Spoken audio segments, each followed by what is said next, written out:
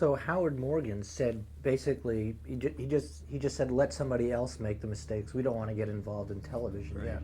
However, Procter was very conscious of its net, and any investment on something that didn't. Well, let me put it this way: they had a 5-year payout at Procter on brands, the longest payout of any major company. When you put a new brand out, 2 years you take to recoup your expenses. Third year, you hopefully would break even. And by the fourth and fifth year, you would be getting up to your normal profit expectancy. There was no way he could do this with a show where you normally bought the media, used it, and had advertising. It was responsive advertising all at the same time. So there's no way you could charge off sometimes and as expensive as this. And then there's another O. Henry kind of ending on this thing. After television began and all this stuff went into motion, Procter accumulated a considerable library of the Far Side Theater. And it was a California company doing it. And a few years later, California woke up to the fact that Procter & Gamble had a subsidiary in California. So they sent Procter a bill for their entire earnings instead of what they got from syndication on Far Side Theater, Wow. which was very difficult to unravel by the legal department. Wow. Now, why did you want Procter to move into television? Did you foresee television being a great selling tool even then? There was no question in our mind, Mhm. none. What about it? Why was it? Sight, sound, demonstration, darkened living room, family viewing as a family unit is the most powerful sales tool man could devise, even if you didn't call it television or whatever. How are you going to get that? The idea of adding sight to sound really Oh. did it. We knew it would be the most powerful sales medium. Page in a magazine that people flip as they went by, or radio when people's attention was distracted.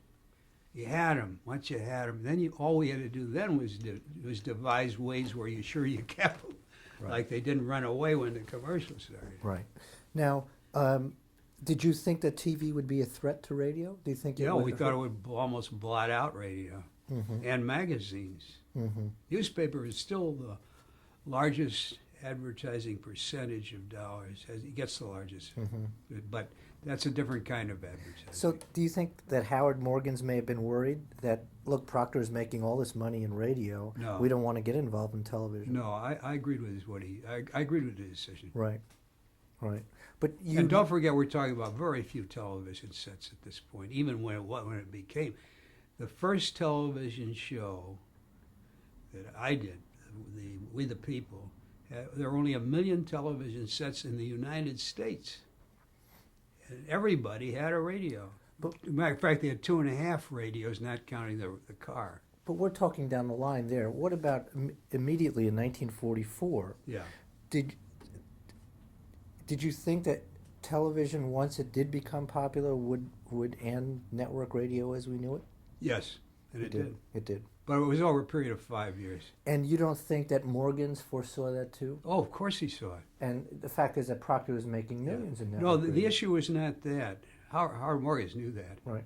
The issue was, what is the point where you begin stockpiling programming? It isn't as though we had such a hit everybody would have to listen. It was pretty pedestrian. We were doing anthologies. Right. No big deal. Right. And we nobody knew when film would be available. Big film for television at that point either. Mm-hmm. You were just looking at what, radio with pictures? We were just anxious to get started. The upstarts were anxious to get started and experiment. That's all. They knew we were playing. Did you think that television would simply be radio with pictures? Was that the whole idea? Part of it would be, yes. It was easy to convert. Mm-hmm. When you're talking about certain shows could convert and certain shows couldn't. J. Walter Thompson was 100% sure it was going to be a radio with pictures. Mm-hmm. We were trying when we struck out on certain things, like the Aldrich family. Let's take logically, why didn't the Aldrich family work? Because it's a phony show. It was okay on radio, which is a cool medium, as our Canadian friend said. But it isn't when you're seeing a little actor playing a young kid who isn't a young kid, and the mother calling Henry. It's phony. Right. It had to Right. be changed totally. Now, generally, the field is dominated by, I'm not talking politically conservative thinkers, but sort of economically conservative thinkers or people. They don't take that many risks. Why is that? Well, I don't think I understand completely the relationship. For example, if you got a good clown, Mm-hmm. if you have a good Western with very little dialogue, it works all over the world. Mm-hmm. And it's not conservative, it's not liberal, it's nothing. It's just a wild entertainment, like a circus or something like that, that attracts a lot of people. And there's why do you need controversy? Mm-hmm. You're entertaining everybody. That's anybody, even an entrepreneur, will looks for something that'll get the most bucks. I guess what I'm asking is, Pat Weaver Yeah. was a real anomaly I mean, he was a guy who was all over the page as far as his ideas. I Right. mean, the classic 1,000 ideas and 5 of them are good. Right. But it seemed very different in the advertising thinking is generally very traditional, sort of slow moving. People don't take risks. I'm just wondering why that was. Don't have to. Yeah. Let me tell you what motivates, in my opinion, most advertising buys. Uh-huh. What they say at their country club Mm-hmm. to the top management. Mm-hmm. They're very sensitive. They were always very sensitive to that. They do not want to look like they're an idiot. Mm-hmm. They don't want anybody to make bad jokes at their expense. Mm-hmm. They've got a puffed up ego with some reason, but they do not want to be taken apart in a locker room of the golf club. So they're very careful in their ideas. Very careful. Yeah. Now, why did you decide to leave Procter? Well, I left it really reluctantly in a lot of ways. In the first place, Gail and I were stuck by the war limitations in our salary, even though Howard Morgan's promised us when he was free to raise it, he'd double or triple our salary, but he couldn't. He was kind of locked in. And second was, I like to go to a place where I can be the top guy if I merit it and have more freedom. Other than that, I would have stayed all the rest of my life at Procter. But it's just not what I was intending to do. Did you like Cincinnati? No, that was another big thing. Mm-hmm. Yet, as I say that, I realized that I saw every important Broadway show in Cincinnati. I had tickets to the concerts and the symphony, and I saw more culture in Cincinnati than I did in New York. But I liked the idea of New York. I could, if I had time and I was willing, I could go see everything. Was it because you were one of 3 Democrats or people who voted for Roosevelt? Partly, but that I can handle 3 Democrats against all the rest of them. That's child's play. But it's the opportunities, and when I say I lived in Cincinnati, Gail and I both spent 145 working days, 150 working days out of Cincinnati. So that was not really a big handicap. But I really did not like Cincinnati. I did not like living in Cincinnati. You came from there you went to WOR radio in New York City. Yeah, I was in charge of news programming. There were 3 of us. One ran sales, I ran everything you heard, and then the other was the engineer. And this was in 1947? Yeah, something like that. Now, you were not involved in television yet, but television was going on around you at this point. Engineering was preparing for television. Right. We had shows we were figuring out what we could adapt for television. And the daytime shows were easy. They were okay. You had pretty good women running talk shows. But television was going on at NBC in New York, and Yeah. CBS in New York, Slightly. and at Dumont in New York, Not slightly. the top people. But you were aware it was going on. You could have bought a television set and watched television in 1947 in New York City. Yes. Did you? No. As a matter of fact, I was afraid television would be harmful to my children. Really? I thought it was really an idiot thing, and it would distract from what they had to do.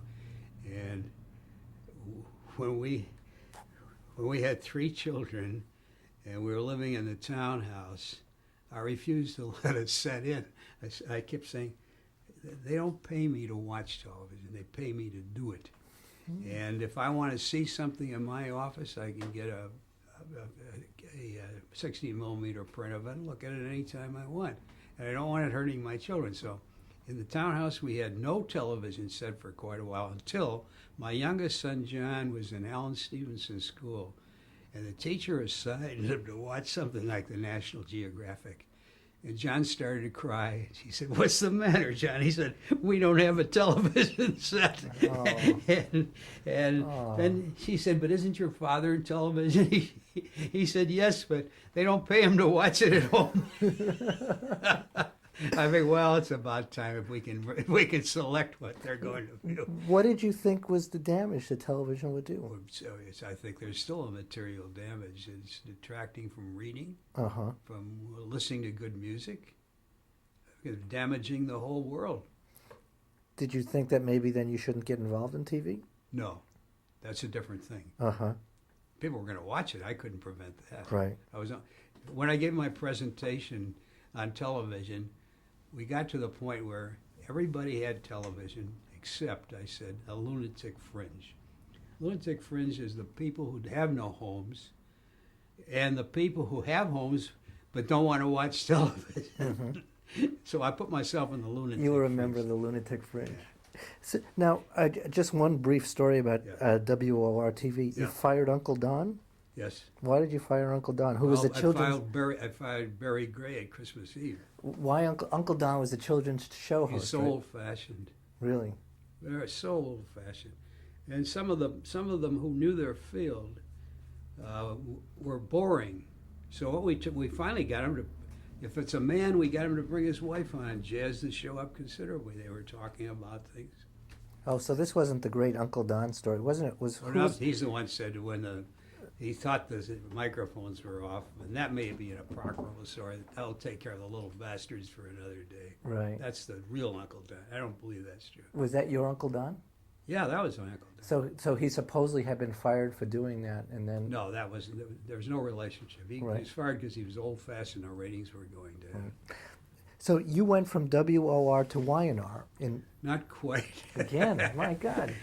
But let me explain to you about WOR. I was paid 4 times what I was making at Proctor. I had an expense account and other things, but mostly I wanted to get out of Cincinnati. Wasn't where I wanted to end up. And when I got there, and I was on the board with Jack Eistrauss and some of the top merchandising men there, including Rummel, who invented the deduction of, as you go along, of money for taxes. Mm-hmm. I said, these guys couldn't get a job as office boys at Procter & Gamble. Wow. So I was kind of snotty, I'm afraid, with them. Mm-hmm. And it just isn't what I wanted. It was like WMAL. This was that. They were in the wrong place. They were trying to act like a network station. They really should have acted like WNEW. I told the board, don't try and compete with the big ones. Talent is limited, very limited, and you can't compete with them. They're paying more money. They got a better exposure. We were working with the Mutual Network then, which was the Grade B network. Mm-hmm. So at the end, it was not for me. I went back at that point to Footcone and Belling to start. This is Nora Drake, which Julian Flunt wrote for Tony. But not for long, because I got it going. It was all right and everything else. And then Pat Weaver and I made a deal. It was a short interval. What was the deal you made with Pat Weaver? To come in and handle We the People. At YNR? No, for Gulf. For Gulf. See, We the People had a $10,000 a week budget administered in a separate part of YNR as a unit paid for directly by Gulf. I see. But Pat gave me one assignment in order to be within YNR, totally within YNR. And that was one of the most fun I ever had. Sanforized, which is a subsidiary of Coolidge Peabody, sold cloth that wouldn't shrink. And to do that, they used a merchandising gimmick because they didn't have enough money for any paid advertising. That was, they had Nancy Dixon's girls who shopped stores, and 5 times a week they reported what they found in the stores, and at least one of those would be Sanforized. Mm-hmm. Gave them a lot of things. Gave them an entree into the stores. Gave them exposure to goods they could advertise without appearing to advertise. And they were important cities. There was Los Angeles, Chicago, St. Louis, Cleveland, Detroit, Boston, Toronto, and Montreal. And I was in charge of that. I had the greatest time with that. This It is was such. It was a point where things got too busy. I'd go visit Nancy Dixon. I just so I could read and sleep and get my hair cut or whatever. That was my crutch in life. this was radio. But this is what's important. We transferred them all to television when the time came Right. locally. Right. Reduced it for 3 times a week. And it's hard to buy time on local television 3 times a week in 3 15-minute units, but they accommodated us. And I learned a lot about local stations. And We the People was radio, $10,000 a week radio budget when you first Never started. went up for television. Uh-huh. That's the beauty of simulcast. But when Pat made the deal with you, the deal was, we're only talking radio at this point, not yet There television. wasn't any television. Right. So when were you brought into Y&R at the part of the company in 1947? Oh, yes. And strictly to work on We the People? And Sanford. And were they talking at that point of doing a simulcast on television? No. When did that happen? First, what was called the round robin was finally linked. Mm-hmm. That was went from New York across to Chicago to the north, came down to St. Louis, and came across the south through Washington, D.C., and Philadelphia up to connect 12 stations. That's all it was. Uh-huh.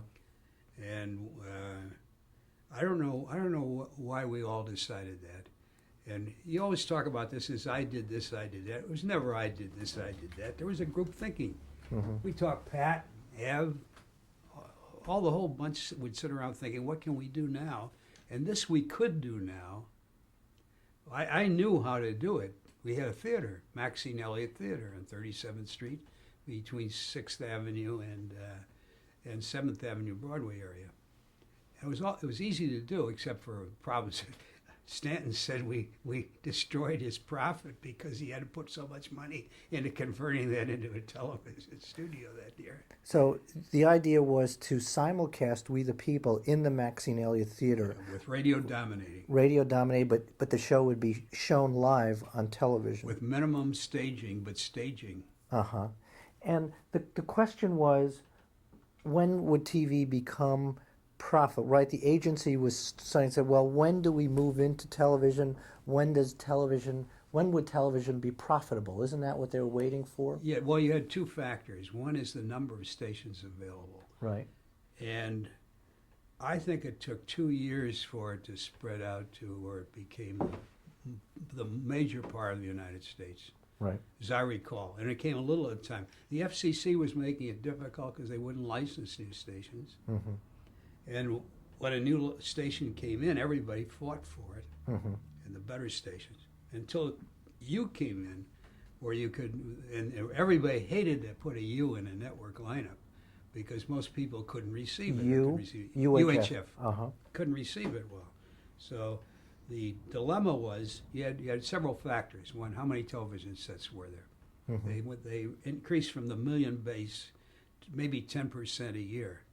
They didn't accelerate much, so it took 10 years for the complete U.S. coverage where everybody had a television. And this harkens back to the term cost per thousand, Cost right? per thousand, yeah. Explain cost per thousand. Cost per thousand, well, you have several measurements. First, if you have a base of 100, which is all television sets, they're not all tuned. So you have sets in use. Mm-hmm. That's 70%, let's say. Mm-hmm. And then of that, the share you have of that 70% is divided by 3 equally, usually. So the 20, each network should have a 20 rating and 10% all others. Mm-hmm. This never happens that way, but it came pretty close to that, certainly in averaging. One show, Lucy, would have 60%, whatever it was. First show on We the People, we had 85% of the available audience. Wow. But now explain cost per thousand. What does that mean? Cost per thousand simply means you divide the number of people you have into the cost of a minute of advertising. Mm-hmm. Now it's you divide it by 30 seconds. And the lower the cost per thousand? It was around $3 a thousand. Right. That was very good price. Then it went up to 4, 5. I have no idea what it is now. But the lower the cost, the better it was. Oh yes, right? the better value in advertising. Right. And so you wait for that cost per thousand, and then you make the transition to television. No, right? you hope for that. I see. You go right ahead. You have it's a crapshoot. Mm-hmm. But when you say a crapshoot in mass marketing, not a whole lot of crapshoot. It's maybe Right. $2 or maybe $4, but I doubt that it would change in the range Right. much more than that in those days. Was Pat Weaver spurring people on to think about television when you first got there? Was Pat really the big push behind the move to TV? Well, it's interesting.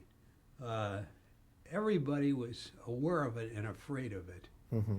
It quickly became evident we had to sell it. And what way we sold it was that I hired a guy from the Harvard School of Business hot class. That was the class of 48. Where some of the leaders, Tom Murphy of ABC was in the class, Jim Burke of Johnson & Johnson. That caliber of person was in that class. And he was making $10,000 a year selling space in the Harvard Business Quarterly, which was a very respectable magazine. And I paid $5,000 for him, and he was glad to get it because he wanted to get in this thing. Then Sam Thurm, who later became marketing director of Lever Brothers, was our research guy. So Sam Thurm, Jim Schulke, and I put together a presentation. I was the voiceover. The cards were 3 feet by 4 feet or something like that. We went to such detail. The weight had to be right because I was carrying one mother of a case this high off the ground. We very carefully studied what color the print should be against the background, and we revised it constantly. And it was the sales piece for Y&R to all clients. There wasn't a single client I didn't give that presentation to. 125 pages it ended up finally. And the idea was to tell the clients what? What the growth of television was, what the best shows were, what the average cost per thousand was. And the fun came when we worked with Nielsen. Only Y&R did this. We worked with Nielsen to develop what are called flow charts. That means that every single night, and then later every day, Nielsen charted what happened between the 3 networks and the audience. When Lucy came on, it would go up like this. When Lucy went off, it would go down slowly.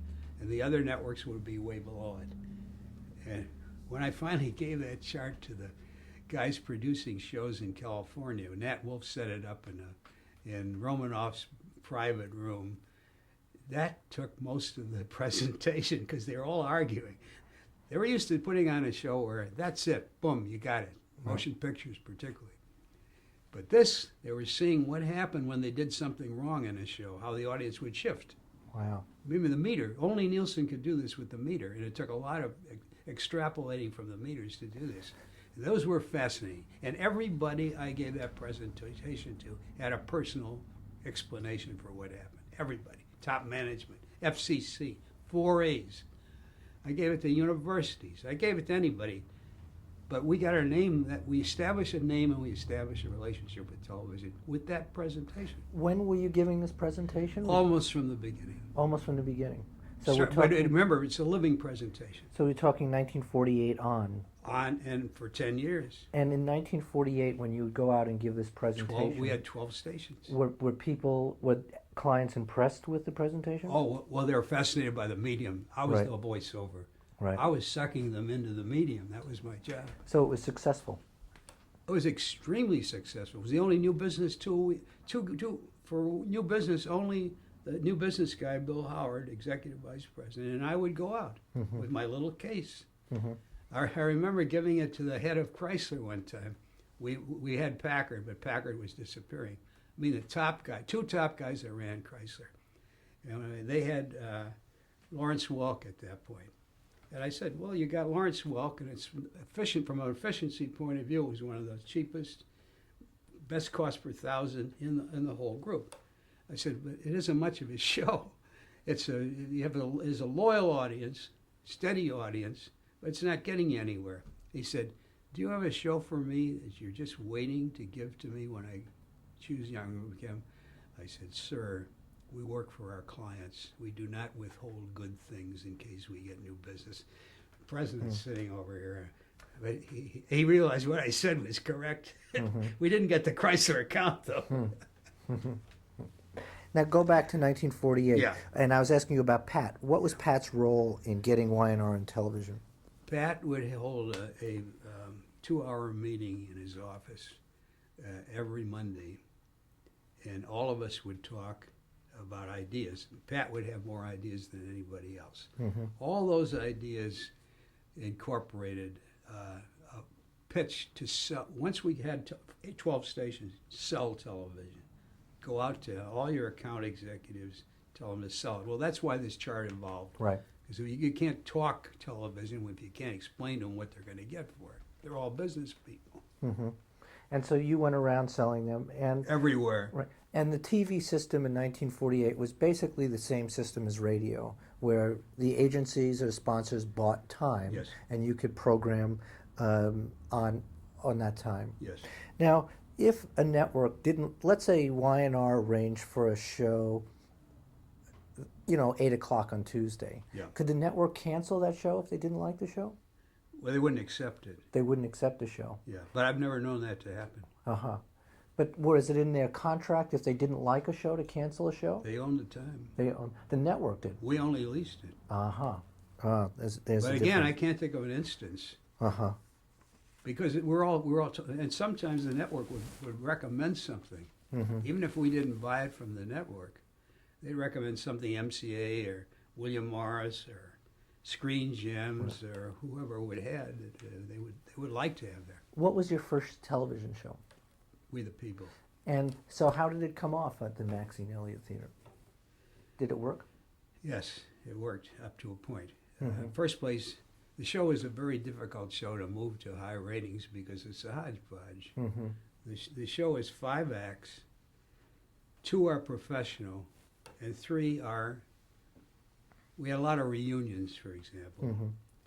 We have 2-headed cows, and then the first show will give you an idea of typical ones. The perfect steak, the guy cuts it with a butter knife and all that stuff. Evil Eye Finkel, who came out of the Al Cap things, who would go to sports events and put his evil eye on one guy who would get knocked out, and things like that. We get him out of the paper. Uh-huh.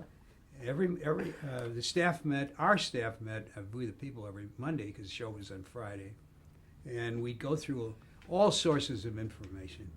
Some would be press agents, but most of it would come from newspaper clippings.